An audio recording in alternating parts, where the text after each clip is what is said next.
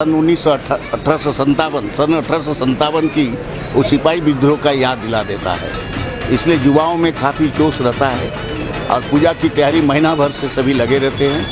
और कल आज से सप्तमी पूजा प्रारंभ हो गया है और ये पूजा राजा अर्जुन सिंह जो थे उनके जो द्वारा जो परंपरा जो निभाई गई है, वो परंपरा जो बनाई गई है, उस परंपरा को हम लोग निवाह करते हुए आज तक चक्रधरपुर के जनता इस माँ की प्रतिमा का विसर्जन करता है। और सप्तमी से आज पूजा प्रारंभ हो गया है और पूजा में जो दर्शनार्थी आते हैं, श्रद्धालु आते हैं, कभी बढ़ चढ़ कर हिस्सा लेते हैं। कल अष्टमी है, महाअष्टमी, भोर रात्रि 4 बजे से पूजा प्रारंभ होगा और 5 बजे से लोग पुष्पांजलि और श्रद्धालुओं का जो प्रसाद होता है उसका पूजा पाठ होगा और 11 बजे से 12:31 में संधिवली होगा। उसकी तैयारी पूजा पंडाल में चल रही है और 13 तारीख को इसका विसर्जन है।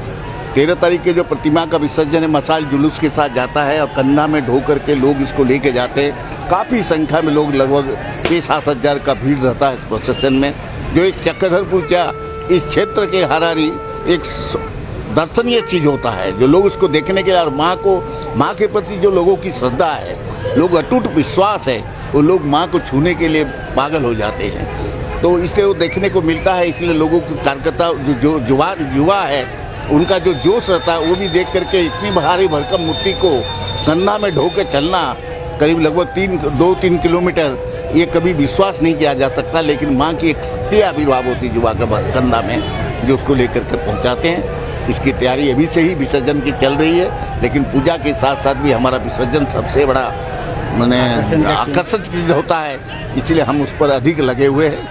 और कल से अब अष्टमी पूजा की तैयारी, फिर नवमी है और विसर्जन फिर 13 तारीख को है।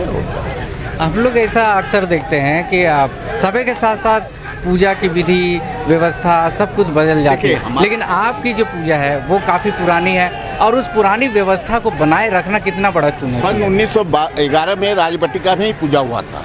1912 में पब्लिक को राजा नृपत सिंह, राजा अर्जुन सिंह के बेटे ने पब्लिक को, जब वो नहीं कर सके, अस्वस्थ हो गए, तो पब्लिक को इन्होंने हैंडओवर किया। अब तब से पहले इसके सेक्रेटरी थे कानू किशोर पांडे, उसके बाद बीच में कई लोग सेक्रेटरी बने, फिर सिद्धेश्वर महापात्र जी रहे। सिद्धेश्वर महापात्र जी वर्ष 1984 में मुझे ये दायित्व दिए। मैं वर्ष 1984 से इस पूजा पंडाल का सचिव हूँ और आज तक उसको निर्वाह करते आ रहा हूँ। वही जो परंपरा उन्होंने हमारे कंधे पर दायित्व दिया है, उसमें थोड़ी भी मैं कमी बेशी नहीं करता हूँ। और यहाँ के लोग, चक्रधरपुर के लोग के साथ साथ हमारे मोहल्ले के लोग और ग्रामीण क्षेत्र के लोग बढ़ चढ़ के हिस्सा ले करके इस पूजा को सफल करने के लिए सब जुटे रहते हैं। और ये एक ऐसा है, जैसे बोले ना कि एक ऐतिहासिक स्वतंत्रता संग्राम की उस ऐतिहासिक चीज़ को याद दिला देता है। और सबके रोगों में वो 1857 का जिस तरह अंग्रेज ने हुकूमत मैंने अपना ये से जालसाज से राजा अर्जुन सिंह को गिरफ्तार करने के लिए राज दरबार में राजबटिका को घेर लिया था, उसी चीज़ को राजा अर्जुन सिंह ने जो जंगल से छिपे हुए थे और उन्होंने छद्म भेष से वनवासियों के साथ आकर के और मशाल जुलूस के साथ राज प्रतिमा की विसर्जन की थी, वही परंपरा को आज भी लोग कायम रखे।